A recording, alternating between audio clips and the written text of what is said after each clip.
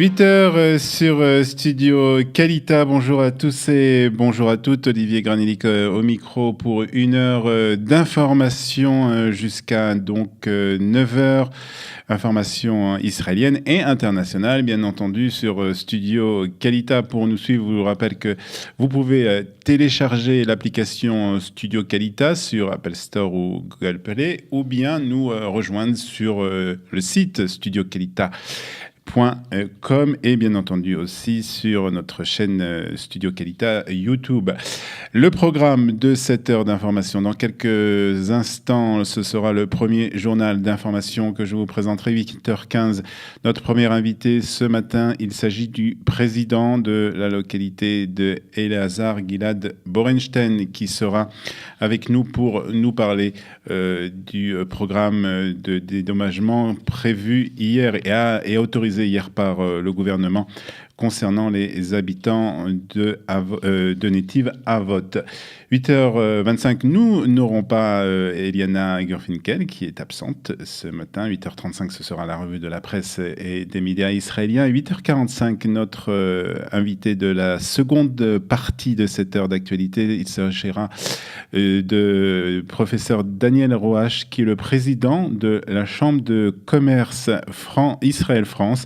Et nous parlerons avec lui des relations justement commerciales entre les deux pays. Mais nous commençons immédiatement avec l'information et ce qui fait la une de l'actualité israélienne ce matin. C'est un échange de messages entre la juge président les audiences dans le cadre de l'affaire 4000 et l'avocat qui représente l'autorité israélienne de régulation des marchés financiers. Ces échanges semblent montrer une coordination dans le dossier Bezek. C'est ce qu'a rapporté en tout cas la chaîne israélienne hier soir, Arutz SR. Le reportage montrait une correspondance via des messages WhatsApp entre la juge Ronit Posensky-Katz et l'avocat Eran Shram-Shervit, évoquant la durée de la mise en examen des suspects arrêtés dans l'affaire Bezek. Super. Au moins, la bonne nouvelle, c'est que Or et Amikam, qui sont deux suspects qui sont arrêtés dans cette affaire, seront relâchés demain sous condition. Et l'air surprise, a écrit Maître Shavit, selon Arutz SR, je commence à travailler sur une expression appropriée de surprise totale. Alors, est répliqué la juge dans son message WhatsApp. Lors d'une autre conversation, l'avocat a aussi déclaré au sujet de Stella Handler et de Iritz Elovitch, qui est la femme de Shaul Elovitch, lui aussi arrêté dans cette affaire. Nous demanderons 3 jours, mais tu peux en donner 2.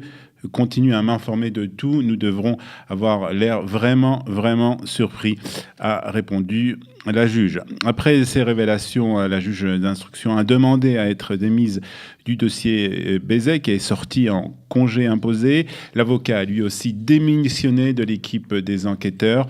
Les avocats des suspects dans l'affaire vont demander ce matin la libération immédiate de leurs clients suite à ces révélations.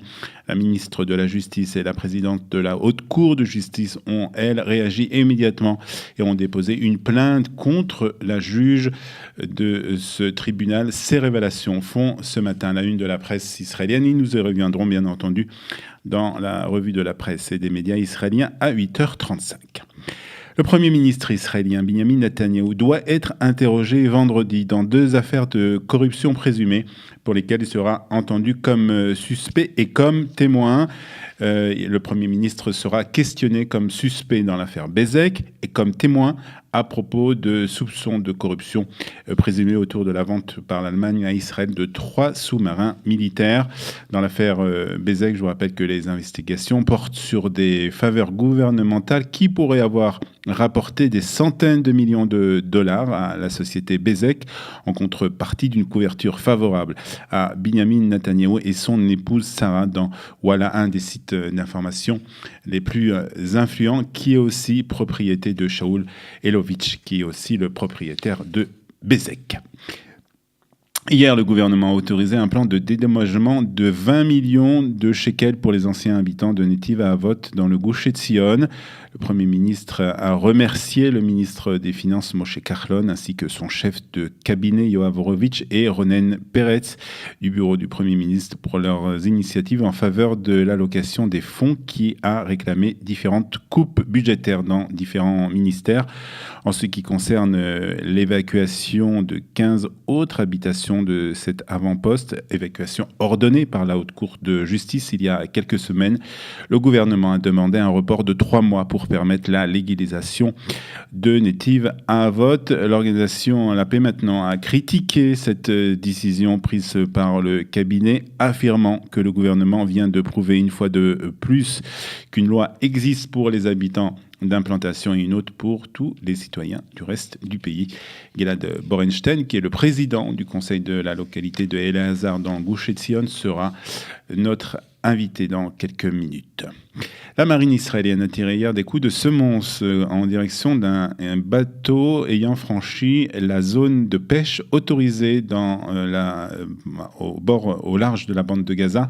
Un des 3 Palestiniens à bord a succombé à ses blessures. C'est ce qu'a annoncé en tout cas un porte-parole de l'armée israélienne. 2 autres Palestiniens ont été arrêtés. Porte-parole du Hamas, Abdel Latif Kanouna, a qualifié la mort du Palestinien de crime horrible dont l'occupation israélienne est responsable et qui prend la forme d'une agression permanente contre le peuple palestinien. Fin de citation.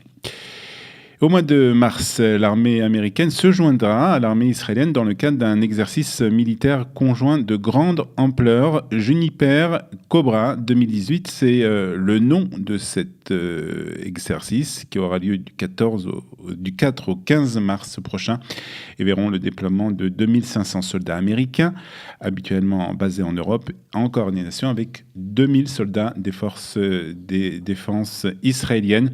Ce sera la plus grande manœuvre commune de l'armée israélienne et du commandement américain en Europe menée cette année, a expliqué un porte-parole de l'armée israélienne dans un communiqué. L'objectif de cet exercice sera de renforcer la coopération et la coordination entre nos 2 armées et de promouvoir l'apprentissage bilatéral, a poursuivi le communiqué. Il s'agira du 9e exercice de ce genre dont la première édition a été organisée en Israël en 2001. On reste dans l'armée israélienne qui a annoncé hier que l'enquête qui a été faite sur la chute de l'avion israélien F-16 le 10 février dernier a révélé que cette chute d'avion avait été causée par une erreur humaine de la part des pilotes et non technique. Les conclusions de l'enquête ont permis d'établir que la préparation de l'opération aérienne avant et après la neutralisation du drone iranien et des représailles avait été conforme aux instructions, de même que les systèmes de navigation et du radar du F-16 avaient bien fonctionné. En revanche, le rapport indique que les 2 pilotes n'ont pas opéré comme il se doit et n'ont pas évalué de manière adéquate le danger. En effet, ils auraient dû se protéger du missile plutôt que de poursuivre leur mission, a indiqué l'enquête. Et puis, plusieurs milliers de personnes ont participé hier aux funérailles à Jérusalem du rabbin Shmuel Orbach, le leader de la communauté lituanienne ultra-orthodoxe qui est décédé vendredi à l'âge de 86 ans à Jérusalem des suites d'un arrêt cardiaque. Le rabbin Orbach était, je vous rappelle, le chef du groupe radical Faction de Jérusalem qui s'opposait au courant majoritaire du monde ultra-orthodoxe. Le rabbin était notamment connu pour son opposition intransigeante à l'enrôlement dans l'armée des étudiants de Yeshivot. Le Rav Orbach avait été aussi à l'initiative des manifestations contre l'enrôlement des Bachourei Yeshiva il y a quelques mois à Jérusalem, de violentes manifestations qui avaient lieu dans la capitale israélienne. Une église fermée le dimanche, c'est cette scène peu habituelle qu'ont pu découvrir les pèlerins chrétiens venus visiter l'église du Saint-Sépulcre à Jérusalem. Cette décision a été prise par les responsables de l'église pour protester contre des mesures fiscales israéliennes. En effet, les autorités israéliennes et la municipalité de Jérusalem veulent faire payer des impôts sur certaines propriétés des églises considérées comme commerciales. Selon les responsables chrétiens, De telles mesures israéliennes sont une tentative d'affaiblir la présence chrétienne à Jérusalem. Le maire de Jérusalem, Nir Barkat, a fait savoir dans un communiqué que la ville comptait récupérer des arriérés d'impôts d'un montant de 650 millions de shekels sur certaines propriétés des églises. Mais il a souligné que le Saint-Sépulcre et que toutes les autres églises étaient, elles, exemptées des taxes et le resteraient, cette mesure ne touchant que les établissements tels que les hôtels, les salles de réunion et les commerces appartenant aux églises. La météo pour terminer ce journal, baisse des températures et averses passagères sont au programme des festivités de Purim qui débutent aujourd'hui et qui continueront demain. Les enfants se déguiseront à partir de demain et donc il faudra prévoir des déguisements plutôt chauds puisqu'ils risquent d'avoir des averses et de la pluie sur l'ensemble du pays. Les températures en tout cas prévues pour aujourd'hui, il fera 21 degrés à Tel Aviv, 23 à Beersheva, 14 degrés dans le Golan, 24 degrés à Eilat et 16 degrés seulement ce matin à Jérusalem. 8h et presque 12 minutes dans un instant. Notre premier invité, il sera avec nous en ligne. Il s'agit de Gilad Borenstein.